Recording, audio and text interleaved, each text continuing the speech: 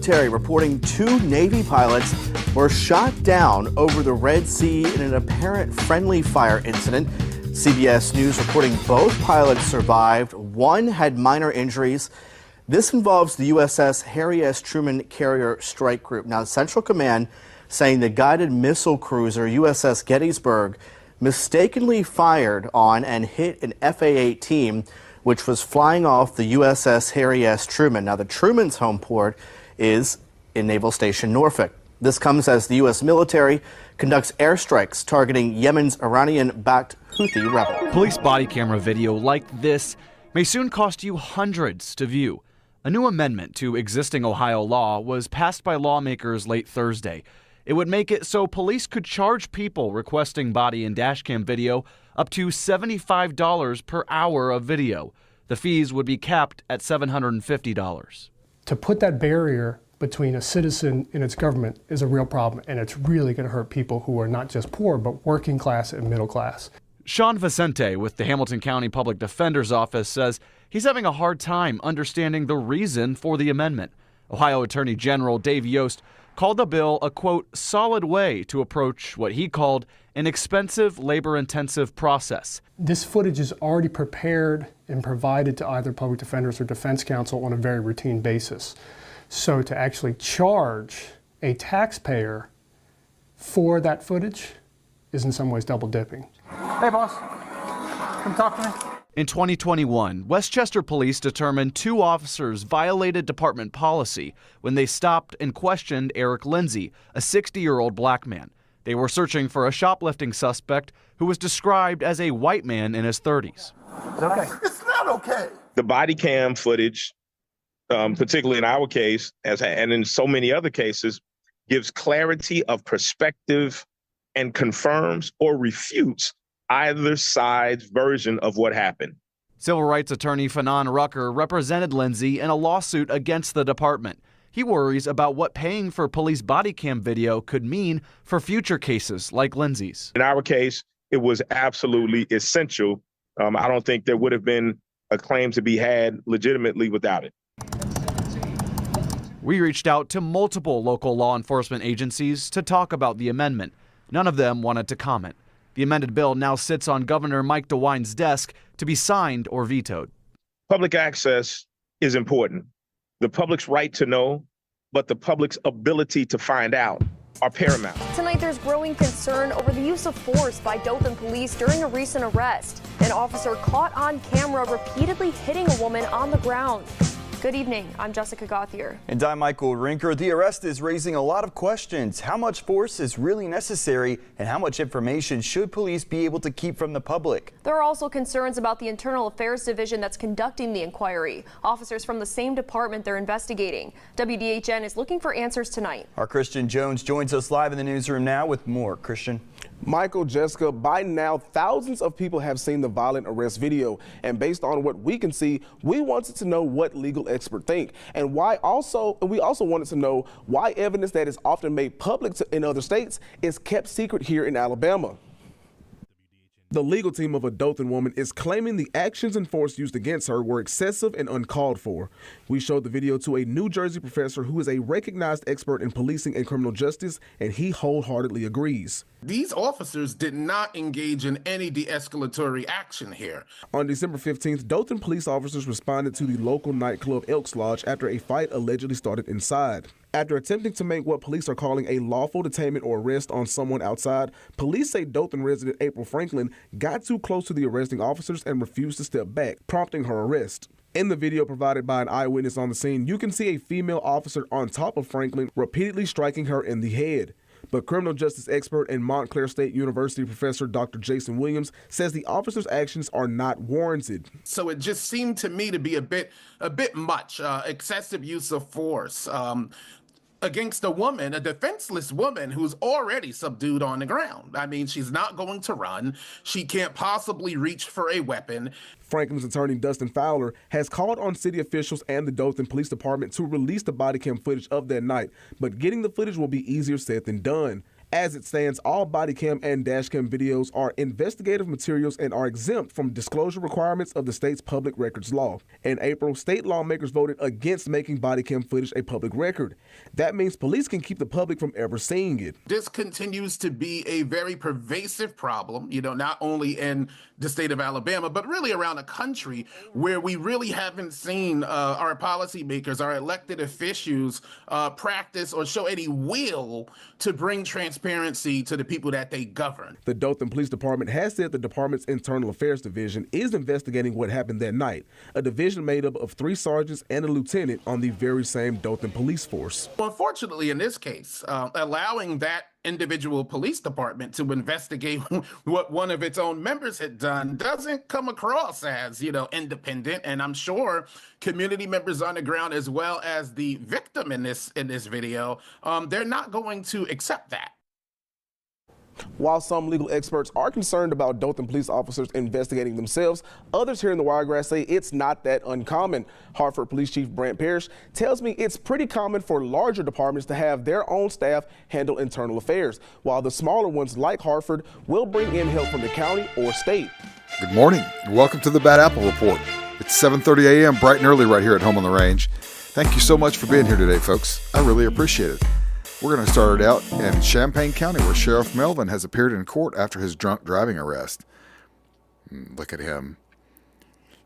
He should know better, but he didn't, apparently. Champaign County Sheriff Matthew Melvin has been charged with 1 count of operating a vehicle while intoxicated.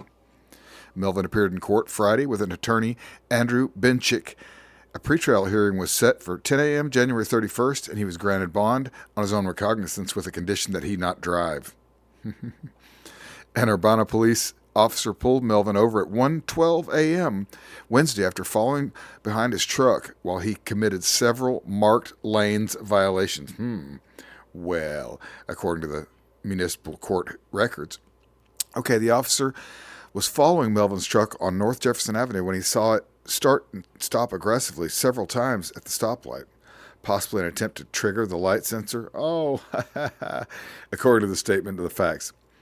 This also raised suspicion of a possibility of impaired drunk driver or a knucklehead. Once the light turned green, the truck entered the intersection and crossed SH0T Street onto South Jefferson Avenue, committing several marked lane violations according to court records. Short time later, the truck sat at the green light at the Jefferson Avenue for 10 seconds before entering the intersection. Just sitting there like a knucklehead, like a drunk knucklehead. Okay, the officer then activated the overhead lights and initiated a traffic stop, during which the truck committed another marked lane violation. It didn't appear at first the truck was going to stop. The officer activated the siren and Melvin then stopped. Oh, he was thinking about it. Should I make a run for it? Yeah, make a run for it, Sheriff. Okay, once stopped, the police saw what appeared to be vomit on the driver's side door and an odor of alcohol coming from the truck. Oh, he was scared. He knew his career was over just like that, you guys. I guarantee you. Allegedly. Okay. Melvin provided both his driver's license and law enforcement card identifying him as the Champaign County Sheriff. Hey, oh, that's so good, you guys. I love it. The officer had Melvin step out of the truck, at which time he appeared to be off balance, according to the court records. Melvin was asked to complete some field sobriety tests after he said repeatedly, "Really? You guys are amazing." He refused the tests and was arrested on OVI. He thought that little card was going to get him off. Okay. At the police division, he also refused a breath test and fingerprinting, according to the court records. Oh, he is just above the law. That's Melvin. Come on, Melvin. Okay, Melvin's term as sheriff is about to end. In March 2024, he lost the Republican primary election for the sheriff's role to Chad Burrows, who was then elected in November. Oh, goodness. Look at this knucklehead, you guys. Oh, it's such a good story. Okay, thank you so much for being here today, folks. On with the show. Anthony, 58-year-old Larry Allen Clay Jr. is sentenced to 25 years in federal prison, followed by 10 years of supervised release, and must pay $80,000 in restitution for paying to have sex with a 17-year-old twice.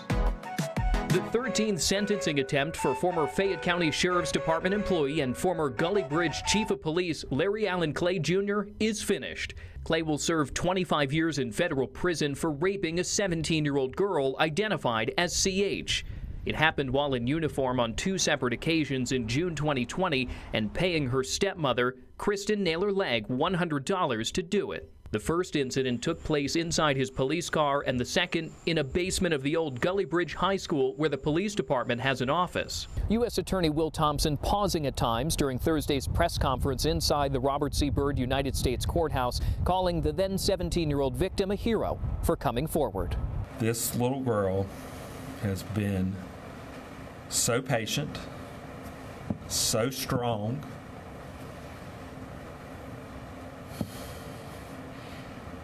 The amount of perseverance this little girl has is amazing.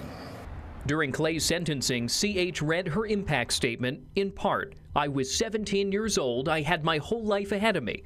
Did I do something to deserve this? You were supposed to keep people safe and instead hurt me and took every ounce of who I was away. I'm not forgiving you for what you did. I'm forgiving you so I can heal. I will say that Mr. Clay is exactly where he needs to be, and he needs to stay there for as long as he can possibly stay. That he never should have worn a badge, never should have worn a gun.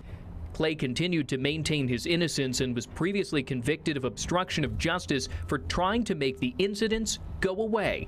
Prosecutors say he tried to get Naylor Legg to lie to police about the sexual encounters.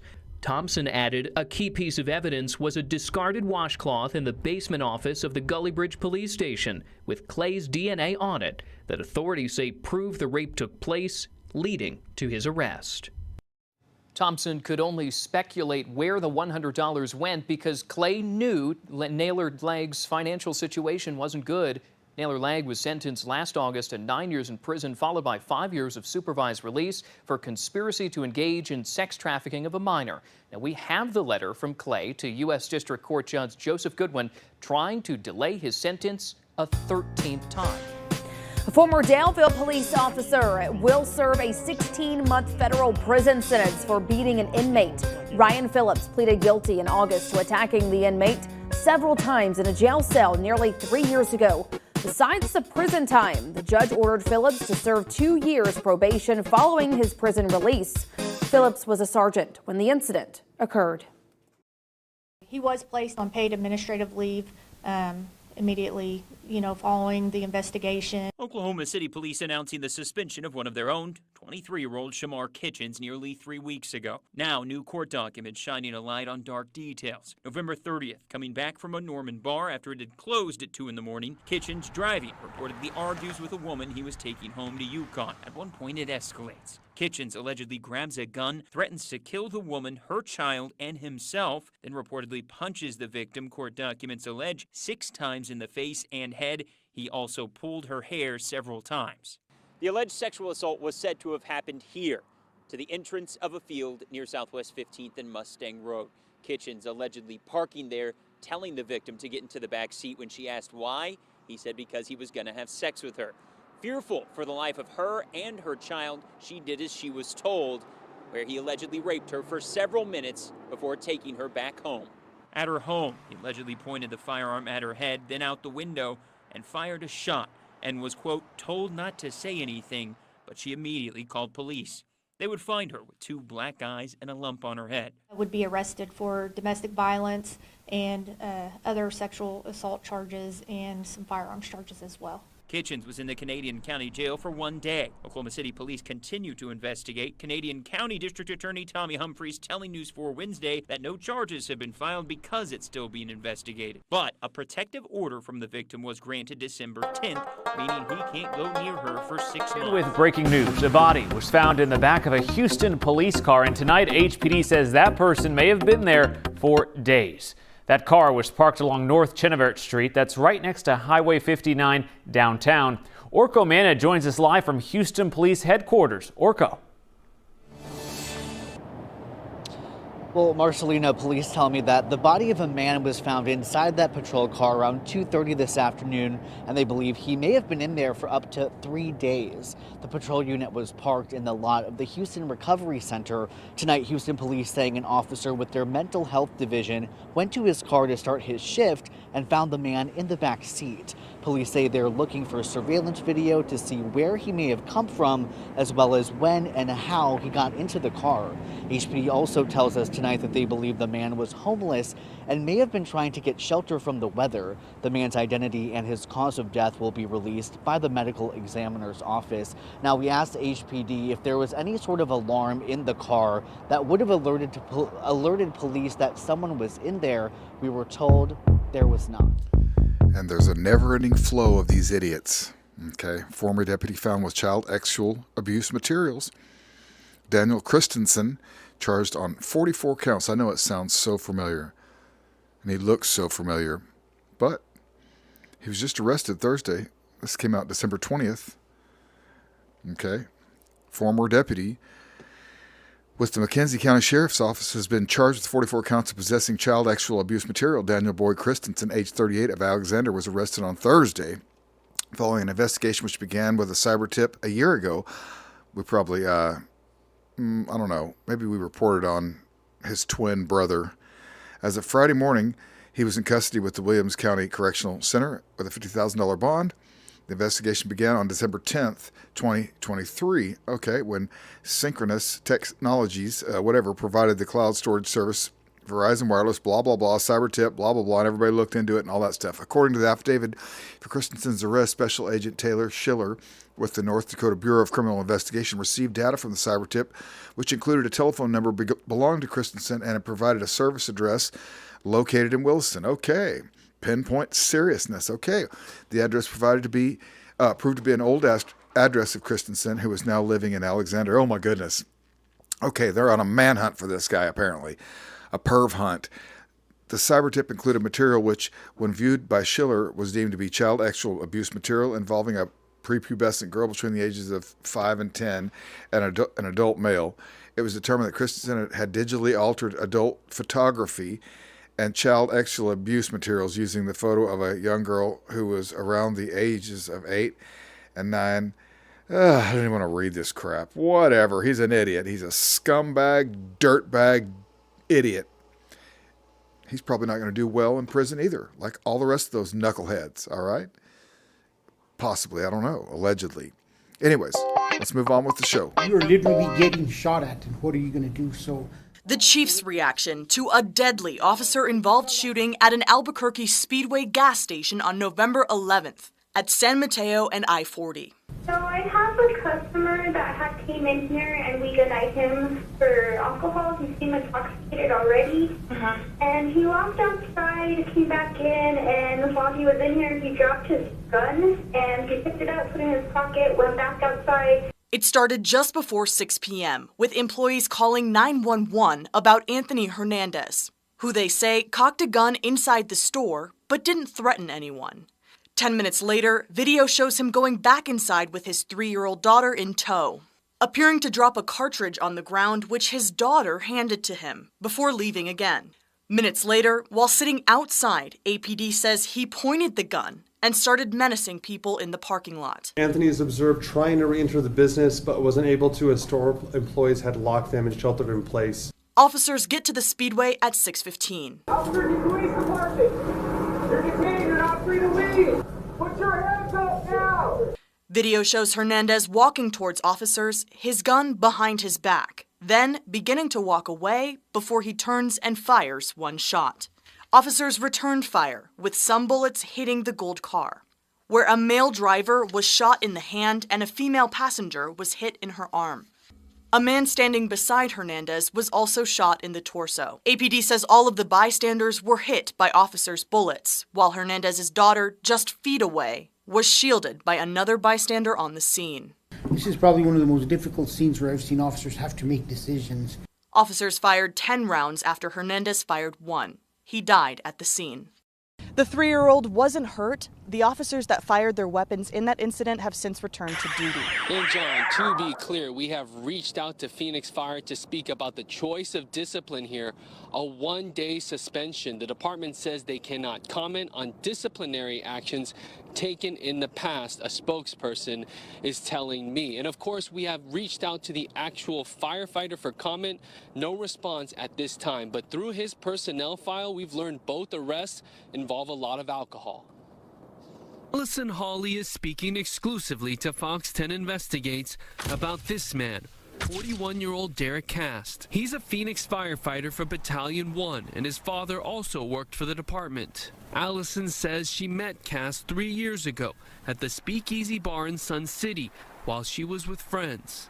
He asked my friend for a ride home. That's when we drove him to his house. And I had mentioned, oh, I live right here, you know, close by.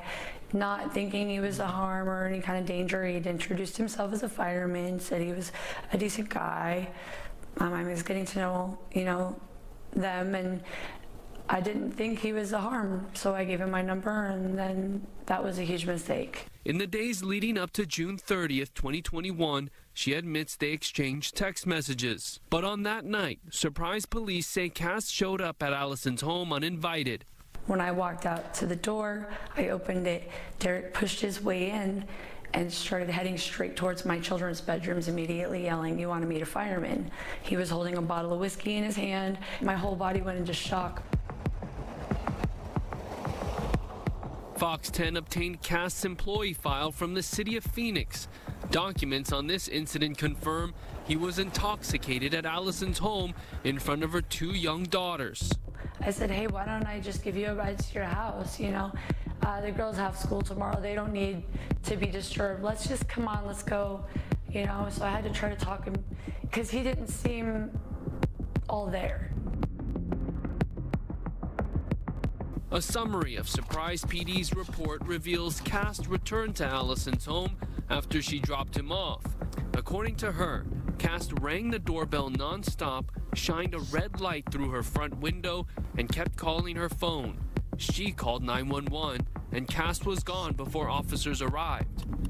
20 minutes after officers left, the report says Cass came back a 3rd time to harass Allison. Police later arrested the firefighter, noting Cass had slurred speech and admitted to drinking 12 beers. Cass was cited for 2 counts of assault and 1 count of harassment, but released.